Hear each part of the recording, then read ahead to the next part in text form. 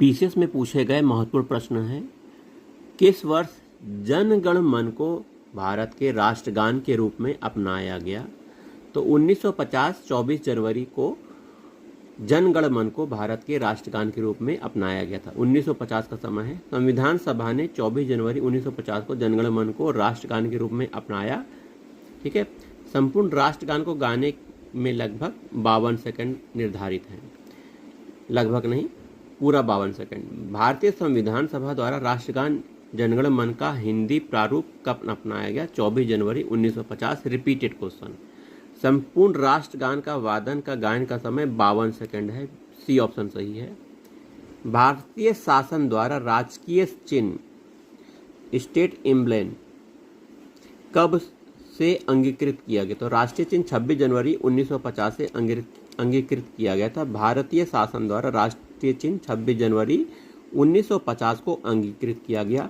यह सारनाथ बनारस के में स्थित अशोक के सिंह स्तंभ के शीर्ष की अनुकृति है।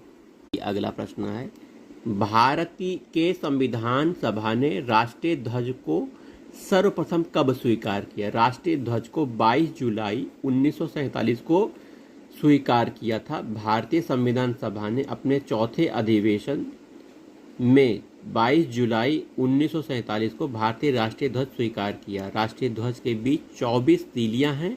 राष्ट्रीय ध्वज की लंबाई चौड़ाई का अनुपात 3:2 है। कथन और कारण दिए गए हैं, यहाँ कुछ कथन दिए गए हैं और कौन सा सही है ये बताना है। भारतीय संविधान सभा ने राष्ट्रीय ध्वज का प्रारूप 22 जुलाई 1947 को अपनाया। ऊपर हमने देखा है, बिल्कुल सही। राष्ट्रीय ध्वज के बीच 21 तीलियां हैं, गलत है ये। 24 तीलियां हैं भैया, ये ऑप्शन गलत हो गया। वहीं राष्ट्रीय ध्वज की चौड़ाई और लंबाई का अनुपात 3:4, ये भी गलत है। 3:2 लंबाई चौड़ाई का अनुपात है, एक सही है केवल। ठीक है। आइए, भारतीय संविधान सभा ने निम्नलिखित में से किस तिथि को राष्ट्रीय ध्वज अपनाया? ये 22 जुलाई 1947।